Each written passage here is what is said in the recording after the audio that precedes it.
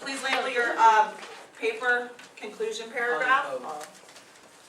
Now, I don't want you guys to worry about the fact that you may not have finished your last body paragraph. That's totally okay.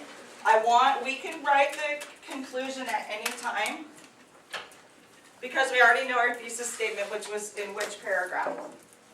The beginning. What's that paragraph called, the beginning? The intro paragraph. The introduction. Okay, so a couple things after I talk about the conclusion paragraph, I want to talk to you guys also about the introduction, because some of the things that we've seen, I want to have you guys be aware of some of the paragraphs are adding too many details, and those need to be in a different part of your paper. Where do you guys think those should be? Wait, what? Where should, like, the details of how the story, the body plot, paragraph. The end. body paragraph. Okay, so we're going to take a look at that. Okay. Okay, so again, Louise, you guys are going to restate the title. You're going to restate the author. You restate something else in the conclusion. Do you guys remember what that is? The thesis statement. You just want to state it again, but you kind of want to state it in a different way, okay? So everybody's conclusion paragraphs can be very similar to what I wrote here because it's the same title, same author. So, The Tragedy of Romeo and Juliet by William Shakespeare is a sad love story of two very young characters, Romeo and Juliet. The couple falls deeply in love the first time they meet, but their love will lead to heartbreak and death. Okay, so I gave just a little snippet of Romeo and Juliet, the plot line. It's tragic, they're in love, there's death, right? When we were looking at paragraphs, there was so much detail in the paragraphs, it's like being redundant. It's saying it over and over and over because you already told me that all in the body. Okay? So keep it simple. Author, title, and just a little sentence or two about the story plot line, okay?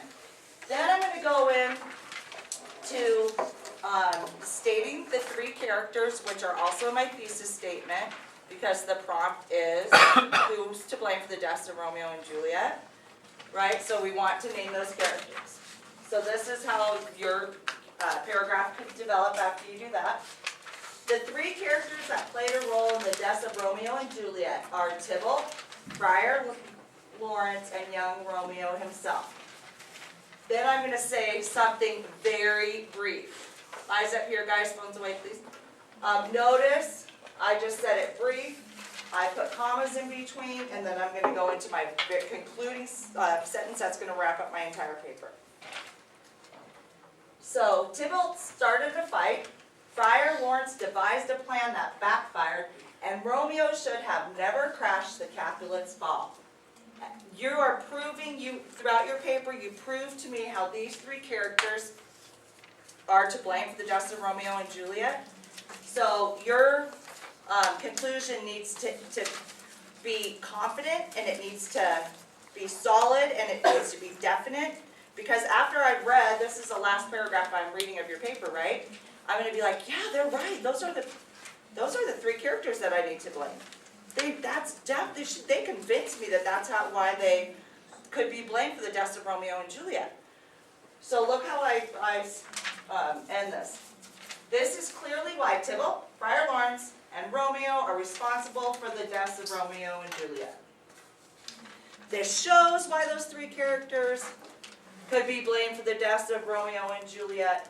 It shows what's another way we could say this last sentence?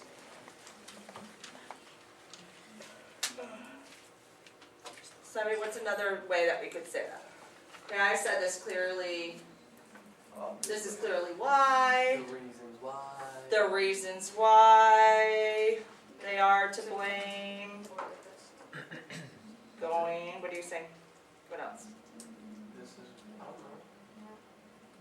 Well, think about something how you guys could say it. You don't want to use all my words exactly like I did, but you want it to be solid, right? These are the people to blame.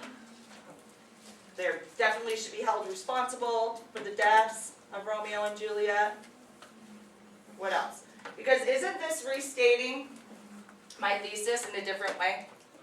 Right, because if you go back to your introduction, your last sentence is probably like,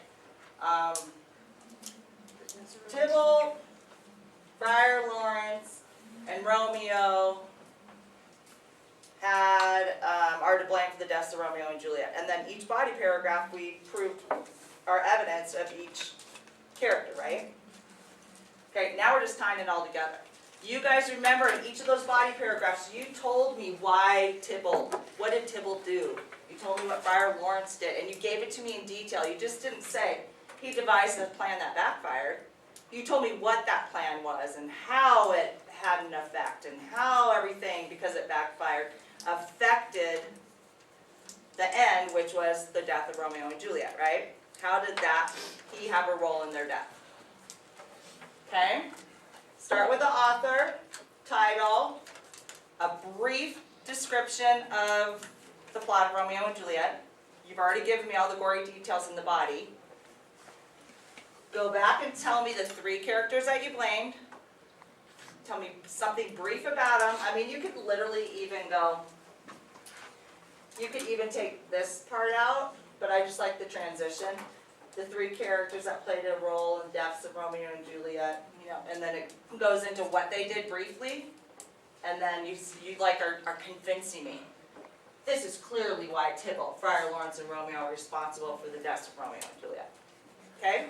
You guys have plenty of time. It shouldn't take you more than like 15 minutes it's been to write your conclusion, because you've already know the characters, you know what they did.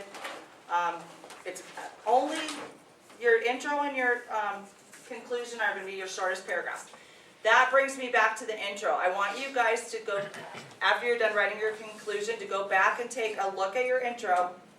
And if you gave us common things that we saw were like, Tybalt killed Mercutio, and then that made Romeo mad, and then he went after and he killed Tybalt, and then they got banished, and this, it was the whole plot in the intro. Your intro should be like 5-7 lines, not bigger than your body paragraphs.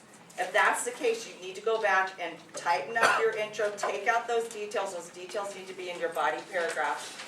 When you're explaining to me, when you're convincing me, when you're proving to me why the character you chose to blame for the deaths of Romeo and Juliet, what did they do?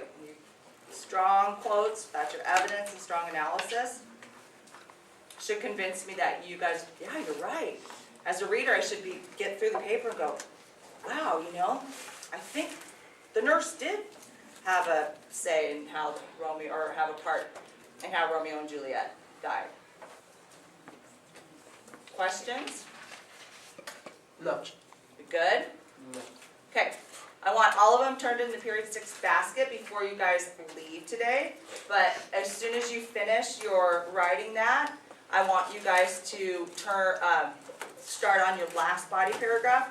Tomorrow, this is what you guys have done already. Intro, body paragraph 1, body paragraph 2, conclusion by the end of the period. So if you haven't done body paragraph 3, I would like you to do that for homework tonight because we're typing tomorrow. So we have Thursday and Friday with Chromebooks, so you guys can do your word processing and then share it on Google Docs with me or Mr. O'Brien. But after that, let's do Friday, right? 2 days. We're typing tomorrow.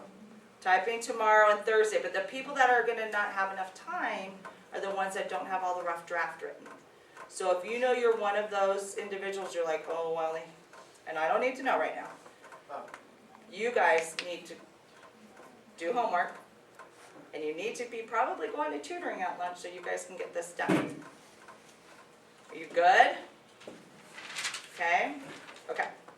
Okay, start working on your conclusions, and I'll come around to see how you're doing. Start with the title and the author. Yeah, So I'm behind a little bit. I should